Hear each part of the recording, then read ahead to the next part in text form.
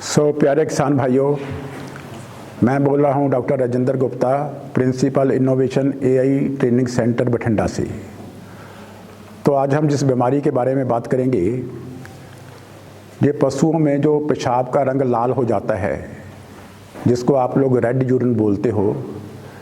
लेकिन पेशाब का रंग लाल होना ये कई बीमारियों में होता है। आम तौर पे देखा गया है, अगर हम इन सभी बीमारियों के बारे में जानते होंगे तो हम लोगों को समझ में आ जाता है कि ये कौन सी बीमारी में है।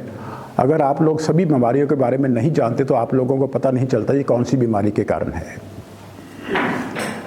लेकिन जिस बीमारी की बात हम आज करेंगे, जिसमें पेशाब का रंग लाल होता है, उसको हम बोलते हैं बैसिलरी हीमोग्लोबिनूरिया, या जो बीमारी जरासीमों के कारण होती है। सभी बीमारियों में जिसमें पेशाब का रंग लाल होता है, उसमें एक ही ऐसी बीमारी है जो इन्फेक्शियस है, जो छूत की बीमारी है, एक पशु से दूसरे पशु को फैलती है। बाकी सभी बीमारियों जिसमें पेशाब का रंग लाल होता है वो छूती नहीं होती, वो एक पशु से दूसरे पशु को नहीं फैलती। इसलिए आज हम उस बीमारी के बारे में बात करेंगे जो छूती बीमारी है और जिसके लक्षण में पेशाब का रंग लाल हो जाता है। ये एक तरह के जरासीम हैं जो पशु की खाने वाली जो एलिमेंट्री ट्रैक्ट में पाए जाते हैं। जब ऐसा पशु गोबर करता है तो गोबर करने के साथ साथ इस बीमारी के जरासीम भी बाहर आते हैं, और जहाँ पे जो गोबर गिरता है वो गोबर मिट्टी में जब मिल जाता है तो इस जरासीमों के आसपास एक दीवार बन जाती है जिसको हम लोग स्पोर्स बोल देते हैं। इस बीमारी के जरासीम भी स्पोरुलेटेड हैं। इसके जरासीम स्पोरुलेटेड जरासीम मिट्टी में होते हैं, और जब कभी कोई तंदुरुस्त पशु ऐसे स्पोरुलेटेड ऑर्गेनिजम्स को खा लेता है तो उसके खाने के पश्चात उसमें इस बीमारी के लक्षण आने कुछ ही दिनों में शुरू हो जाते हैं। तो कैसे लक्षण इस बीमारी में आते हैं? सबसे पहले जब ये बीमारी आती है तो इसमें थोड़ा सा पशु को टेम्परेचर होता है, लेकिन टेम्परेचर बहुत ज़्यादा हाई नहीं होता। इसमें तकरीबन टेम्परेचर 104 से 105 रहता है तकरीबन। और उसके बाद पेशाब का रंग थोड़ा सा लाल होने लगता है। जब पेशाब का रंग लाल होता है, उधर से टेम्परेचर होता है, पशु खाना पीना बिल्कुल बंद कर देता है। और खाना पीना बंद करने से पशु का जो खून है, जो पेशाब के जरिए निकलता है, उसमें खून के अभाव से शरीर में खून की कमी हो जाती है, और खून की कमी के कारण इसके जो आँखों का रंग है थोड़ा सा पीला, जिसको हम पीलिया बोल देते हैं, थोड़ा सा पीला भी होने लगता है। खाने पीने की भूख इसमें बिल्कुल कम हो जाती है, क्योंकि इस बीमारी में जिगर में कुछ ऐसे इन्फार्क्ट्स आ जाते हैं जिसमें इनको भूख लगनी बिल्कुल बंद हो जाती है। जैसे जैसे इसको भूख लगनी बंद हो जाती है और उधर से खून निकलने लगता है, खून ज़्यादा निकलने का कारण खून की कमी से तो पशु को थोड़ा सा सांस आने में डिफ़िकल्टी आती है। लेकिन देखा गया है कि अक्सर अब जब ये बीमारी होती है 24 से 36 घंटों के भीतर ही पशु की डेथ हो जाती है, पशु मर जाता है। और मरने का जो मुख्य कारण खून की कमी के कारण, जब पशु को जो उसका खून चलता है उसमें ऑक्सीजन गैस नहीं होती, ऑक्सीजन गैस की कमी के कारण दम घुटने से इसकी मौत होती है। तो अब बात ये आती है कि हम लोग इस बीमारी को दूसरी बीमारियों से अलग कैसे करेंगे। आप लोगों को कैसे पता चलेगा कि ये बीमारी का कारण ये बैसिलरी हीमोग्लोबिनूरिया है या इसका कोई और कारण है। पहली बात तो मैं आपको ये बताना चाहता हूँ और कौन कौन सी बीमारियां हैं जिसमें पेशाब का रंग लाल होता है। सबसे पहली बीमारी जो बहुत कॉमन है वो बेबीसियसिस उसको बोलते हैं, जो दोगली गायों में पाई जाती है। लेकिन उस बीमारी का मुख्य कारण चिच्चड़ होते हैं। दूसरी बात, उसमें टेम्परेचर कम से कम 106 आता है। उसमें पशु को मरने में 3 से 4 दिन भी लग जाते हैं। लेकिन इसमें पशु की डेथ, जो पहली बीमारी है बैसिलरी हीमोग्लोबिनूरिया, उसकी डेथ 2-3 दिनों के भीतर हो जाती है, और उसके साथ साथ कोई और पशु भी बीमार हो सकता है। लेकिन जो बेबीसियसिस की बीमारी है ये छूत की बीमारी नहीं है। ये बीमारी उस पशु को होगी जिसके ऊपर चिच्चड़ लगे होंगे। अगर आपके पशु के ऊपर चिच्चड़ लगे हुए हैं और उसका टेम्परेचर 106 आता है तो इसमें हम लोगों को बेबीसियसिस बीमारी का ट्रीटमेंट करना पड़ता है।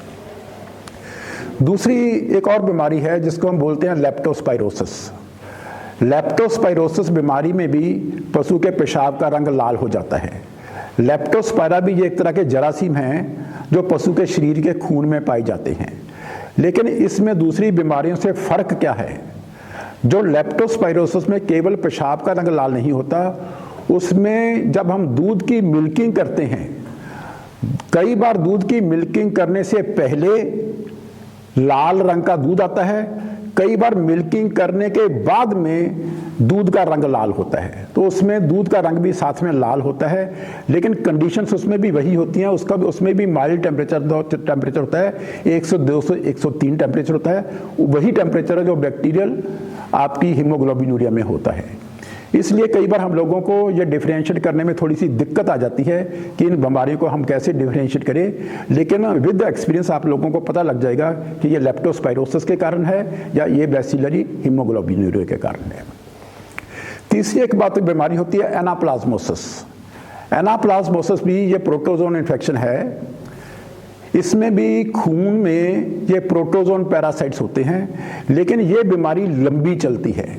इसमें पेशाब का रंग बिल्कुल हल्का सा लाल होता है और धीरे धीरे 15, 20, 25 दिनों में अगर उसकी आंखें पीली तो हो जाती हैं, लेकिन लंबा समय लगता है। तो इसमें पेशाब का रंग हल्का सा लाल होता है। तो ऐसे केस में हम लोगों को उस एनाप्लाज्मोसिस बीमारी का इलाज करना पड़ता है। कई बार लंबी बीमारी चलने से भी इस बीमारी के में पशु को मरने के काफ़ी दिन लग जाते हैं। चौथी एक और बीमारी, पांचवी होती है ब्रैकन फरन डिजीज।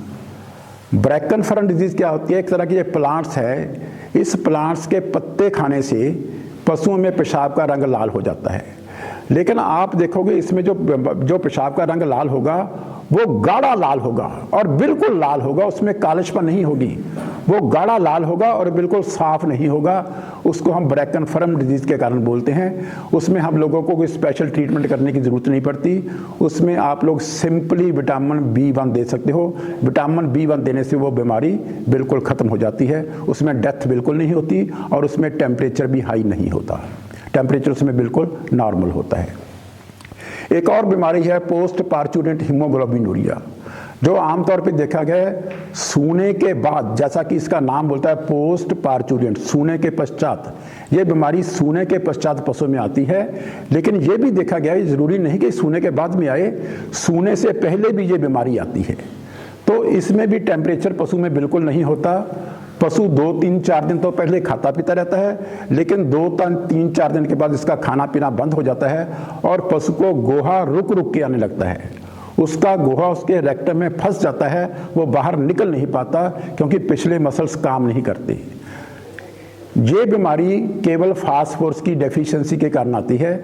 अगर आप लोग ऐसे पशु को फास्फोरस की सप्लीमेंटेशन दोगे इन दी फॉर्म ऑफ इंजेक्शंस या ओरल मेडिसिन के रूप में, तो इस पशु में फास्फोरस देने से इस बीमारी का हल हो जाता है। ये 5-6 ऐसी बीमारियां हैं जिसमें पेशाब का रंग लाल होता है। पर आप लोगों को जब भी किसी बीमारी का ट्रीटमेंट करना है, जिस बीमारी को समझना है, आप लोग उसको डिफरेंशियल डायग्नोसिस करने की कोशिश करें। और ये डिफरेंशियल डायग्नोसिस आप तभी कर पाओगे अगर आपको उन सभी बीमारियों के बारे में पता है जिसमें पेशाब का रंग लाल होता है। अगर आप लोगों को सभी बीमारियों के बारे में पता ही नहीं है, आपको सिर्फ 1 या 2 बीमारियों के बारे में पता है, तो आप लोग 1 या 2 बीमारियों को सोचने की कोशिश करोगे, उसके बाहर आप लोग जा ही नहीं पाओगे। तो उसमें आपका डायग्नोसिस कभी भी अच्छा नहीं होता। As far as bacillary haemoglobinuria is concern, जिसके बारे में हमने आज बात की थी, अगर उसकी ट्रीटमेंट की बात करें, मैंने आपको पहले भी, ये ग्राम पॉजिटिव ऑर्गेनिजम्स हैं। इसमें सबसे स्पेसिफिक एंटीबायोटिक क्या आता है? पेनिसिलिन। इसमें हम लोग हमेशा पेनिसिलिन की हाई डोज देते हैं। पेनिसिलिन 2-3 दिन लगातार देने से ये बीमारी तकरीबन कवर हो जाती है।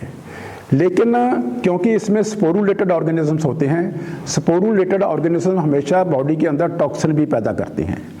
और ये जो टॉक्सिन ये बीमारी के जरासीम पैदा करते हैं, उसको हम बीटा हीमोलिटिक टॉक्सिन्स बोलते हैं। बीटा टॉक्सिन से बोलते हैं। बीटा टॉक्सिन का क्या काम है? ये खून के लाल सेलों को तोड़ते हैं। जब खून के लाल सेल टूटते हैं तो पेशाब के जरिए वो लाल रंग का जो हीमोग्लोबिन है वो पेशाब के जरिए बाहर आने लगता है, और इसी बीमारी को इसलिए हम लोग हीमोग्लोबिनूरिया बोलते हैं। तो इस टॉक्सिन्स को न्यूट्रलाइज करने के लिए हम लोग एंटी सीरम भी देते हैं। जो इस बीमारी का स्पेसिफिक एंटी सीरम है वो भी इसमें साथ में लगाना पड़ता है, जिसकी डोज केवल 50 से 100 मिल सब कट है। लेकिन ये टॉक्सिन इतने ज़्यादा जहरीले नहीं हैं, इसमें ये दिमागी सिम्टम नहीं आते, ये केवल खून के सेलों को तोड़ता है। थोड़ी सी डोज 2-3 देने से ये टॉक्सिन्स बिल्कुल न्यूट्रलाइज हो जाते हैं, और ऐसे पशु को हम इलाज करके डेफिनेटली बचा सकते हैं। लेकिन मैंने आपको एक बात बोली है कि इसमें जो डेथ होती है वो खून की कमी के कारण डेथ होती है। अगर हम हीमोग्लोबिनूरिया की कोई भी बीमारी की बात करें, उन सभी बीमारियों में जो अल्टीमेटली मरने का कारण है वो खून की कमी बनता है। जब खून की कमी होती है तो खून अपने साथ ऑक्सीजन लेके जा नहीं पाता, तो उस पशु को सांस आना बंद हो जाता है। सांस बंद होने की वजह से उसकी डेथ होती है।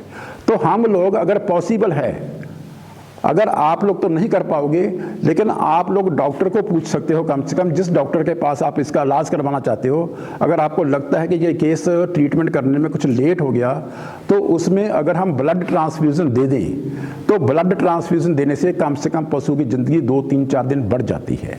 तो इतने में आप लोगों का ट्रीटमेंट इफेक्टिव आ जाता है, तो उसमें पशु की ज़िंदगी बच जाती है। लेकिन अगर ब्लड ट्रांसफ्यूजन की बात करें, एक बात सभी मैं अपने किसान भाइयों को बताना चाहता हूं कि पशुओं में हम लोगों को ये ब्लड का ग्रुप चेक करने की ज़रूरत नहीं पड़ती। आप किसी भी पशु से, एक पशु से दूसरे पशु में, लेकिन स्पीशी उसकी वही हो। अगर गाय को देना है तो गाय से कलेक्ट करना है, अगर भैंस को देना है तो भैंस को कलेक्ट करना है। एक बॉटल 200 ml की बॉटल आप किसी भी पशु से कलेक्ट करके दूसरे पशु में दे सकते हो। उसमें आपको ब्लड ग्रुप चेक करने की ज़रूरत नहीं पड़ेगी और वो बिल्कुल सेफ रहता है। लेकिन अगर आपने एक बॉटल से ज़्यादा देनी है, तब आप लोगों को ब्लड ग्रुप चेक करने के देने पड़ेगा। तो इससे करने से इस बीमारी का तकरीबन इलाज बन जाता है।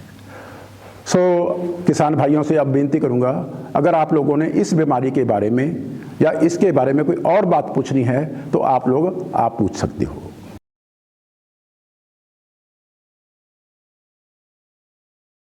एंटी सीरम सर कहाँ से अवेलेबल होगा और कितनी डोज और कितना देना? प्यारे किसान भाइयों, मैं आपको ये बात बताना चाहता हूँ, ये जो बीमारी है ना, ये किसी खास इलाके में होती है। ये ऐसे नहीं कि सभी इलाकों में ये बीमारी पाई जाती है। जहाँ पे कहीं इस बीमारी के केसेस होते हैं, जो पशु ऐसा गोबर पास करते हैं, तो उस गोबर में जब जरासीम आते हैं तो उसके स्पोर्स उस इलाके में ही बनते हैं। इसलिए ये बीमारी स्पेसिफिक एरियाज में होती है। और तकरीबन ये देखा गया कि बरसातों के दिनों में या उस ज़मीन में, जो ज़मीन इरीगेटेड है, जिसमें हम लोग वाही करते हैं या कल्टीवेटेड ज़मीन है, उसमें अगर स्पोरुलेटेड ऑर्गेनिज्म बने तो तब वहाँ पे ज़्यादा बीमारी फैलने की संभावना बनती है। तो इसलिए जिन इलाकों में ये बीमारी होती है, उस इलाकों में जिसमें बीमारी आम होती है, उसमें ये एंटी सीरम की अवेलेबिलिटी मार्केट में हो जाती है। इसको हम बीटा एंटी सीरम बोलते हैं, बीटा एंटी सीरम। और इसकी डोज 50 से 100 ml depending upon the body weight of the animal ये सब कट दी जाती है। 2-3 दिन देने से जितने भी इसके बीटा टॉक्सिन है ये सारे न्यूट्रलाइज हो जाते हैं और पशु की बिल्कुल सर्वाइवल एश्योरेंस होती है। लेकिन जिस इलाकों में ये बीमारी की फैसिलिटी बीमारी नहीं होती, या बीमारी जिस इलाकों में नहीं होती, जोग्राफिकल कंडीशंस पे डिपेंड करता है, तो उन इलाकों में देखा है कई बार मार्केट में इसकी अवेलेबिलिटी भी नहीं होती। जब बीमारी ही नहीं होती तो मार्केट में अवेलेबिलिटी भी नहीं होती। इसलिए ये एंटी सीरम उन्हीं इलाकों में अवेलेबल होता है जिस इलाकों में बीमारी अक्सर पाई जाती है। समझा? हाँ सर, जो लेप्टोस्पायरोसिस बीमारी है ना, जो खून लाल होता है, उसके बारे में कोई मेडिसिन के बारे में? अच्छा किसान भाइयों, ऐसे है, मैंने आपको बताया था कि लेप्टोस्पायरोसिस बीमारी है जो भी जरासीमों के कारण होती है। और 2 बातें मैंने इसमें बताई थी। इसमें पेशाब का रंग लाल तो आता ही है, दूसरी बात मैंने इसमें थोड़ा सा माइल्ड सा टेम्परेचर होता है, माइल्ड में टेम्परेचर बहुत ज़्यादा नहीं होता और बहुत कम भी नहीं होता। तीसरी बात, इसमें जो उसका आँखों का रंग है वो पीलापन होना शुरू हो जाता है।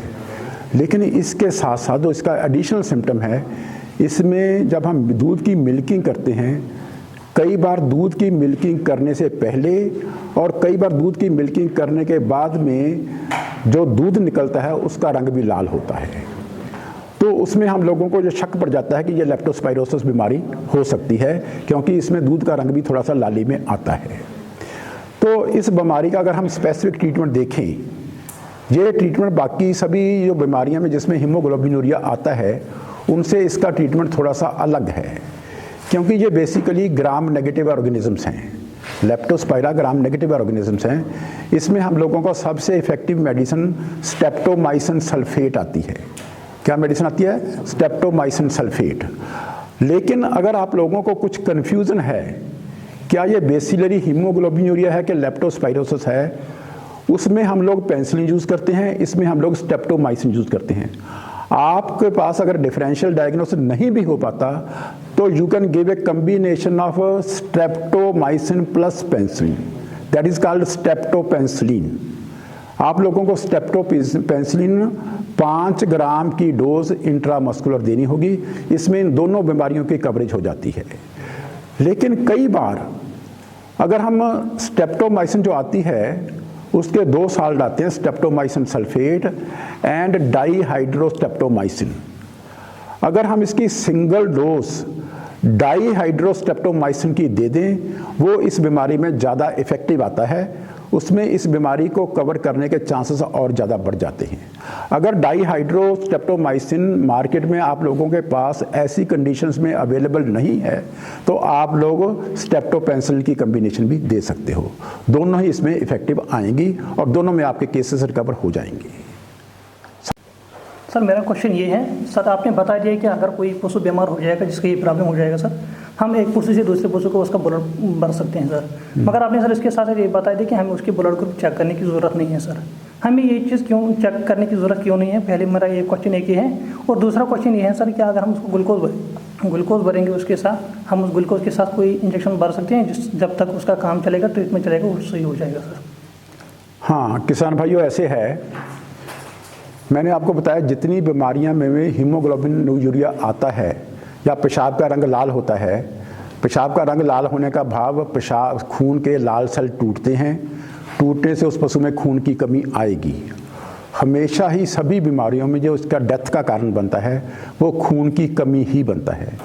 जब पशु के शरीर में खून की कमी होती है तो खून ऑक्सीजन साथ में ले नहीं पाता। जब खून ऑक्सीजन साथ में ले नहीं पाएगा तो हमारे सभी शरीर के सभी अंगों में ऑक्सीजन की सप्लाई कम हो जाती है, तो उसमें कई बार हम लोगों को सांस लेने में दिक्कत आ जाती है, तो एसफिक्सिया के कारण इस पशु की मौत होती है। तो मैंने आपको एक बात कॉमन सी बताई थी, सभी बीमारियों का ट्रीटमेंट तो अलग अलग है, लेकिन एक बात सब में कॉमन है, अगर हम किसी बीमारी को लंबा खींचना चाहें, उसकी ज़िंदगी को 2-3 दिन उसको लंबा करना चाहें, तो उसमें हम लोग ब्लड ट्रांसफ्यूज़न दे देते हैं पशु में। और दूसरी बात मैंने आपको ये बताई कि ब्लड ट्रांसफ्यूज़न देते हैं, एक बॉटल से भाव 200 ml 200 ml खून हम किसी भी पशु से निकाल के दूसरे पशु में दे सकते हैं अकेले, लेकिन पशु वो उसी स्पीशीज से होना चाहिए। इसमें क्या होता है, जो इसके अलग अलग ग्रुप्स हैं, ये नॉर्मली देखा है ह्यूमन बींग्स में क्या था, ये अलग अलग ग्रुप से एक दूसरे से कोआगुलेट कर जाते हैं, एक दूसरे से क्रॉसिंग कर जाते हैं, एक दूसरे को मैच नहीं करते। जब मैच नहीं करते तो उसका जो रिएक्शन आता है उस रिएक्शन से कई बार बंदे की डेथ हो जाती है। लेकिन पशु में ये जो ग्रुप्स आते हैं ये हमेशा एक बॉटल तक ये बिल्कुल सेफ हैं, इसमें कोई मैचिंग रिएक्शन करने की ज़रूरत हम लोगों को नहीं पड़ती।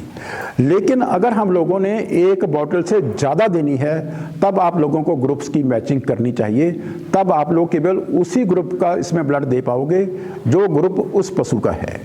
तो एक bottle it is absolutely safe.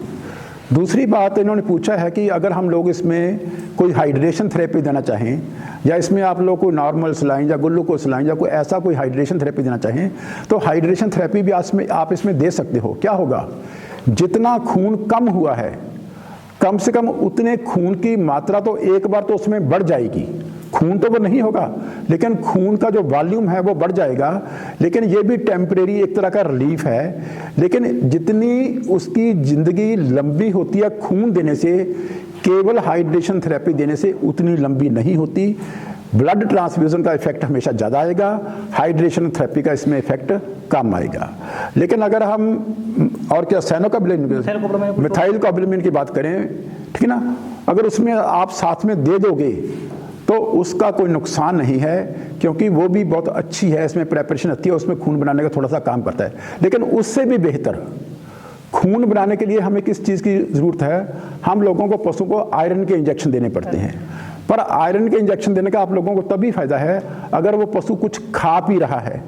अगर मान लो वो हरे पट्ठे खा रहा है, हरे पट्ठों के साथ अगर हम लोग आयरन के इंजेक्शन दे देंगे तो उसमें खून की कमी जल्दी पूरी हो जाएगी।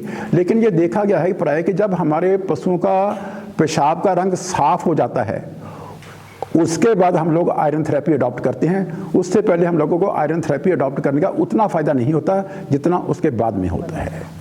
इसलिए आप सभी को ये है कि जब भी आप लोगों को ऐसी कोई नौबत आती है तो आप सबसे पहले ब्लड ट्रांसफ्यूजन देने की कोशिश करें। और ब्लड ट्रांसफ्यूजन के साथ अगर आप लोग हाइड्रेशन थेरेपी भी देंगे तो उसका कोई नुकसान नहीं होगा, तो उसके साथ आप लोग आयरन के इंजेक्शन भी दे सकते हो, उसका भी आप लोगों को नुकसान नहीं होगा। Thank you sir. जी देसी गाय बहने के 1-2 दिन बाद जो खून आना स्टार्ट हो जाता है थनों में, जी HF गाय के मुकाबले में देसी में ज़्यादा आता है। हाँ प्यारे किसान भाई, ये बात ऐसे है, कई बार जब पशु की पार्चुरेशन होती है उसके 1-2 दिन बाद थनों में से खून आने शुरू हो जाता है। कई बार एक थन में, कई बार 2 थनों में, कई बार 3, कई बार 4 में भी आता है। लेकिन ये जो बात है कि ये देसी में ज़्यादा आता है, HF में कम आता है, इस बात से तो मैं सहमत नहीं हूँ। क्योंकि इसका बेसिक कारण क्या है? पहली बात आप ये समझने की बात करो, जब पार्चुरेशन के वक्त अडर में दूध का प्रेशर बढ़ता है तो दूध का प्रेशर बढ़ने से जो छोटी छोटी खून की नालियाँ हैं जो बहुत मान्यूट होती हैं, जिसको हम लोग कैपिलरीज बोल देते हैं, वो कई बार दूध के प्रेशर से फट जाती हैं और उसमें उस क्वार्टर के अडर में से दूध के साथ खून भी आने लगता है। लेकिन ये आम देखा गया कि जो पहली हीफर्स होती हैं, फर्स्ट काफ हीफर्स, उसमें यह प्रॉब्लम ज़्यादा आती है, क्योंकि उन्होंने पहली बार उसका लेवे की एक्सटेंशन होती है, पहली बार उनके लेवे में दूध की प्रोडक्शन होती है, तो उसमें यह व्याख्या ज़्यादा देखी गई है। या ये उन पशुओं में ज़्यादा आती है जिन पशुओं की चमड़ी पतली हो और नंबर 2 उसमें अडर का साइज़ बहुत बड़ा हो। लेकिन प्राय अक्सर जो देखने में आता है, इसमें HF में ये प्रॉब्लम कई बार ज़्यादा आ जाती है, क्योंकि अडर में दूध का फ्लो बहुत ज़्यादा होता है। और अगर आप लोग कभी HF की गायों का अडर देखोगे तो उसमें आप लोगों को सारी ब्लड वेसल्स बाहर से नज़र आती हैं। उसकी स्किन बिल्कुल पतली होती है, उसमें ब्लड वेसल्स रप्चर होने के चांसेस ज़्यादा होते हैं, क्योंकि उसमें दूध का फ्लो बहुत ज़्यादा बढ़ता है। पर फिर भी अगर इन्होंने कुछ ऐसी बात देखी है तो आप ये बात मान के चलो कि ये केवल ब्लड कैपिलरीज के रप्चर होने की बात है, ये कोई बीमारी का केस नहीं होता। 1-2 दिन के भीतर अगर आप लोग उसकी टकोर करोगे ठंडे पानी से तो 2-3 दिन के भीतर ये अपने आप आना बंद हो जाता है। क्योंकि जब खून किसी नाड़ी से, किसी कैपिलरी से निकलता है, उसकी ऑटो क्लॉटिंग है, ये एक नेचुरल मैकेनिज्म है, वो खून क्लॉट हो जाएगा। 1-2 दिन के बाद ये प्रक्रिया ऑटोमेटिकली ठीक हो जाती है। इसमें आप लोगों को कुछ करने की ज़रूरत नहीं पड़ती। थैंक यू बेटे।